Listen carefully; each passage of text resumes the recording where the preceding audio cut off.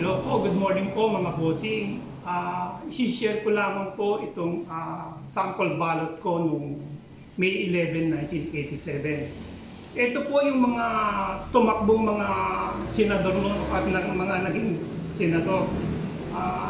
Ikumpara nyo po sana yung mga naging senador noon, no? Kumpara sa mga nagiging senador ngayon. Napakalaki po ng difference.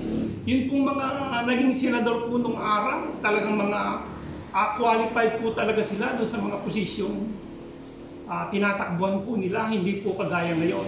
Tingnan nyo po mga bossing, kung sino-sino po sila. Yan po.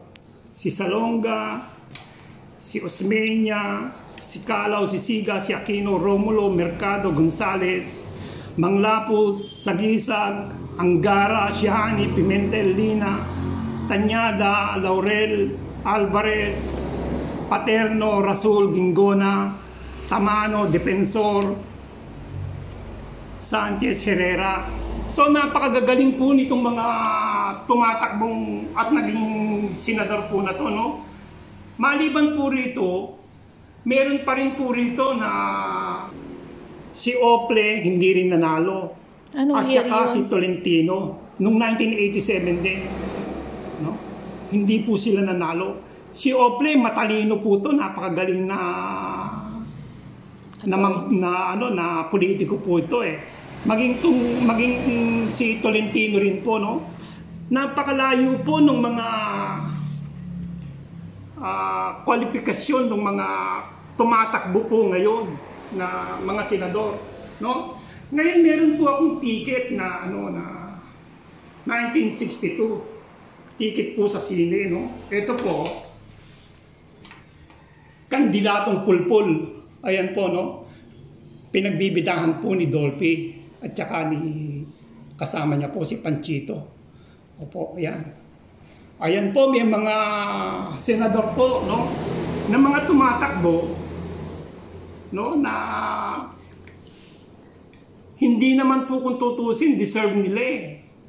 Diyan sa position po na yan, no, mga kandidatong pulpul, no. Kaya nga lamang po,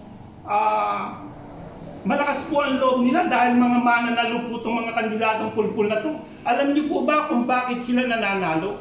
Dahil mas marami po yung mga butanteng pulpul kesa doon sa mga edukadong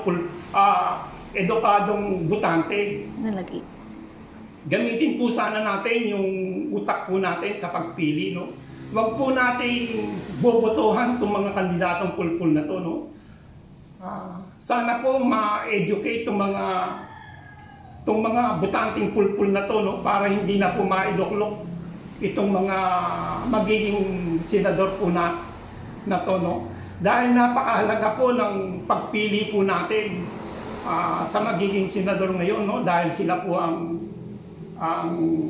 hahatol, no, sa impeachment trial ni Sara Duterte, no? At meron po rito na mga maka-pro-China pa rin po, no? So, wag po natin silang iboboto, no? Ito rin po yung mga iba pong mga paraphernalia, no, ng mga tumakbong senador noon, no, na naipon ko rin po.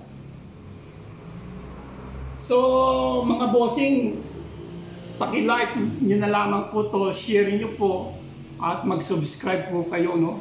Lalong-lalo na po sana paki-share nyo po ito, no, para makita po nitong mga butanteng pulpul, no? Sila po yung sila po yung nagpapanalo dito sa mga kandidatong pulpul po na to. Yan lamang po mga bossing, maraming salamat po sa inyo. Ito nga po pala si Jen Macalinaw. Salamat po.